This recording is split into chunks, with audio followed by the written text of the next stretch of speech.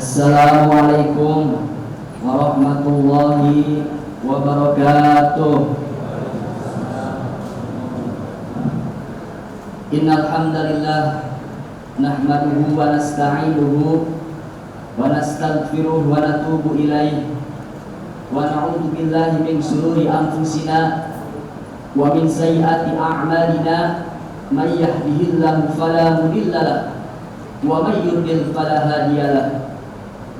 Asyhadu an la ilaha illallah wahdahu la syarika lah wa asyhadu anna Muhammadan abduhu wa rasuluhu la nabiyya wa la rasula ba'dah.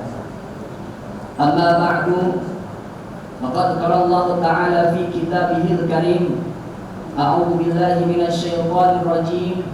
Bismillahirrahmanirrahim. Syahrul Ramadan alladzi unzila fihi al-Qur'an hudan lin-nasi wa bayyinatin minal huda wal furqan. Al-ayah. Sadaqallahul azim. Wa sadaqa rasuluhu habibuhul karim wa nahnu ala dzalika minasy syahidin wasyakirin walhamdulillahi rabbil alamin. Di awal untayan kata, tiada kata yang paling indah, megah dan berfadilah melainkan puja dan puji beserta syukur kehadirat Allah Rabbul Izzati yang Maha Suci, yang senantiasa tidak henti-hentinya memberikan kepada kita begitu banyak kenikmatan. Nikmat yang paling utama di antaranya itu ialah nikmat iman dan Islam, dan juga nikmat sehat wal afiat. Tentunya tidak lupa salawat beserta salamnya senantiasa tercurah limpahkan kepada Nabi kita, khatamin nabiyina, Nabi akhirul zaman, Nabi Muhammad sallallahu alaihi wasallam. Berikut keluarganya, para sahabat, sampailah kepada kita selaku umat yang mudah-mudahan tetap konsisten, istiqomah menjalankan sunnah-sunnahnya hingga yaumil qiyamah. Amin ya Allah ya rabbal alamin. Jamaah yang dirahmati Allah, ibu, bapak, alhamdulillah dengan seizin Allah kita bisa kembali berkumpul di haflah mubarakah ini, di tempat yang insya Allah muliakan ini, dalam rangka menunaikan salah satu kewajiban kita, itu ialah sholat isya berjamaah yang insya Allah nanti akan diteruskan dengan qiyamul lail, sholat tarawih.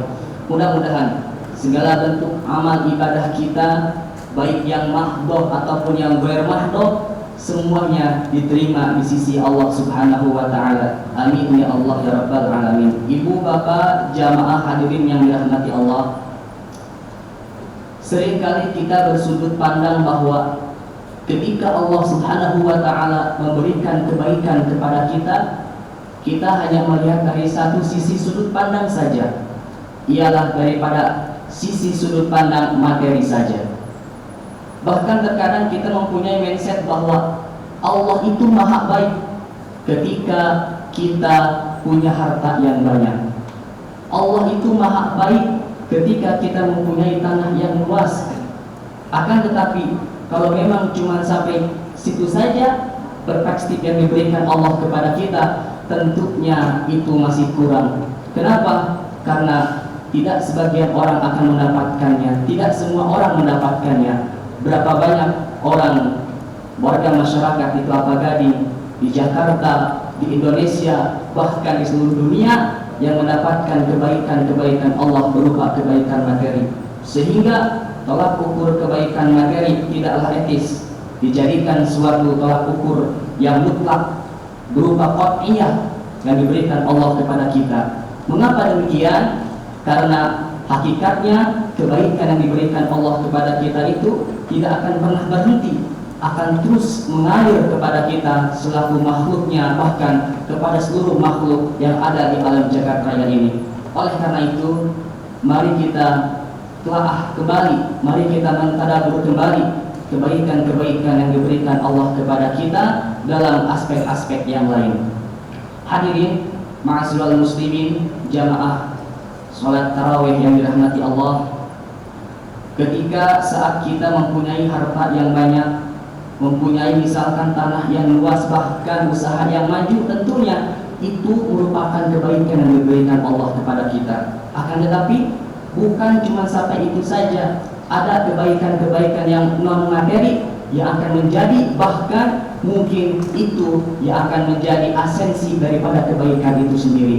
Mari kita telah hadis baginda Rasulullah SAW. Rasulullah SAW bersabda, qala Rasulullah SAW, salasatun man u'tiyahunna faqad u'tiya khairat dunya wal akhirah. Salasatun, ada 3 perkara, ada 3 hal, man u'tiyahunna, barang siapa orang ini diberikan oleh Allah 3 perkara ini, faqad u'tiya khairat dunya wal akhirah, dia akan mendapatkan kebaikan dunia sekaligus mendapatkan kebaikan akhirat. Dalam arti perkara sesuatu yang menurut kita baik di dunia bukan berarti akan berbuah baik juga nanti ketika di akhirat. Sehingga bila mana orang ini mendapatkan 3 anugerah yang diberikan Allah kepada kita ini, maka kita akan mendapatkan kebaikan sebagaimana kebaikan di dunia dan juga kebaikan di akhirat. Mana satu di antaranya? Al-awalu, yang pertama itu ialah qalban syakiron, orang yang pandai-pandai bersyukur kepada Allah Subhanahu wa ta'ala. Ada sebuah peribahasa mengatakan, kalau kata orang Karawang mengatakan, my heart is my home, hatiku adalah rumahku. Artinya walaupun hatinya kecil, akan tetapi bila mana walaupun rumahnya kecil, akan tetapi hatinya luas, itu rumah pun akan terasa lebar. Sebaliknya, walaupun rumahnya luas, kalau hatinya kecil, itu mungkin akan terasa kecil rumah yang begitu luas. Sehingga pandai-pandai bersyukur, orang-orang yang pandai-pandai bersyukur itu dia akan ditambahkan kesyukurannya menjadi kenikmatan-kenikmatan yang akan diberikan Allah kepadanya. La in syakartum la azidannakum wa la in kafartum inna adzabi lasyadid. Bila mana kamu mensyukuri nikmat yang telah diberikan kepadamu, kata Allah, niscaya la azidannakum, maka akan kutambah. Wa la in kafartum, dan bila mana engkau mengkufuri nikmat yang telah kuberikan kepadamu, maka inna adzabil lasyadid, sesungguhnya adabku amat sangat pedih, adabku amat sangat luar biasa. Sehingga orang yang hatinya luas, tandanya itu ialah dia senantiasa bersyukur, hatinya pandai-pandai bersyukur. Sebaliknya, orang yang hatinya tidak luas, dia tidak pandai-pandai bersyukur kepada Allah Subhanahu wa ta'ala. Bahkan celakanya, dia tidak senang melihat orang lain mendapatkan kebahagiaan, mendapatkan kebaikan, mendapatkan kenikmatan. Itu diantara golongan orang pertama yang mendapatkan kebaikan dunia dan kebaikan akhirat. Itu ialah qalban syakiron, orang-orang yang mendapatkan, orang-orang yang senantiasa bersyukur kepada Allah Subhanahu wa ta'ala. Selanjutnya, watanian yang kedua daripada orang-orang yang mendapatkan kebaikan dunia dan kebaikan akhirat, itu ialah walisanan dzakiron, orang yang dianugerahi lisan oleh Allah, dan lisan itu dijadikan oleh dia untuk berzikir kepada Allah dengan makna zikir seluas-luasnya. Takbir ya zikir, tahmid zikir, tahlil zikir, bahkan baca Quran pun zikir. Bahkan ketika kita melihat sesuatu yang mengagumkan, sesuatu yang luar biasa, dan kita kembalikan kembali kepada Sang Maha Pencipta, itu juga bisa dikatakan sebagai zikir. Sehingga Islam pun mengajarkan hal yang demikian, mulai dari yang kecil-kecil, yang sederhana. Semisal ketika kita memulai aktivitas, kita mengucap Bismillahirrahmanirrahim. Ketika kita melihat sesuatu yang luar biasa, kita mengucap Masya Allah. Ketika kita melihat sesuatu yang mengagumkan, kita mengucap Subhanallah. Ketika kita terkejut, kita mengucap Astagfirullah. Ketika kita berjanji, kita mengucap Insya Allah. Semuanya dikaitkan, dikembalikan kembali kepada Allah Subhanahu wa ta'ala. Itulah makna zikir dengan zikir makna yang sebenar-benarnya. Itu diantara golongan orang-orang yang akan mendapatkan kebaikan golongan yang kedua, kebaikan dunia dan juga kebaikan akhirat.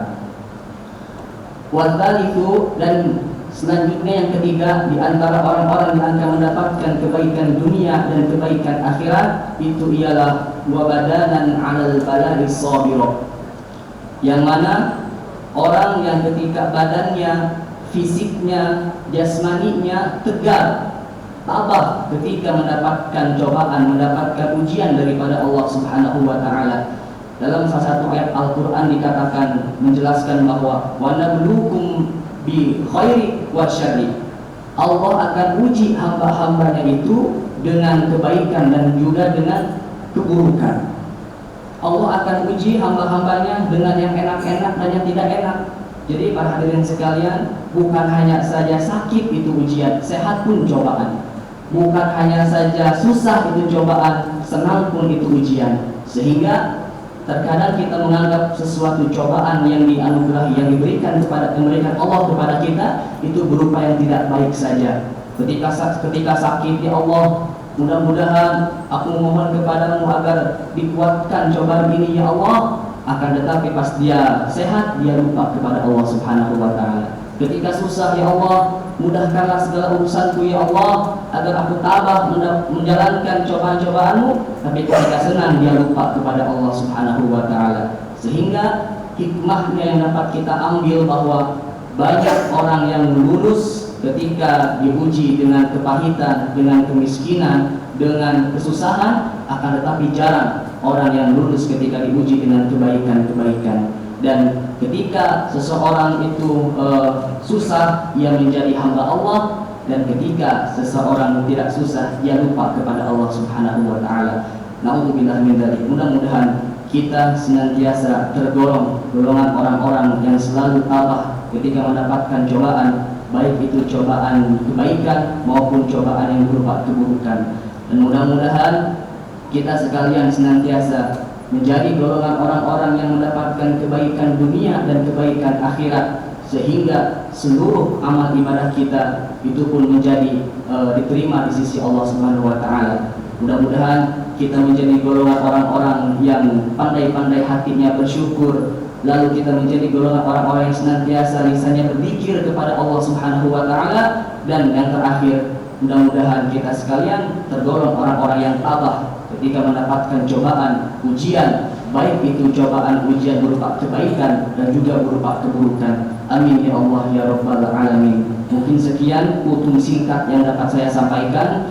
Kurang lebihnya mohon dimaafkan. Akhirul kalam. Assalamualaikum warahmatullahi wabarakatuh.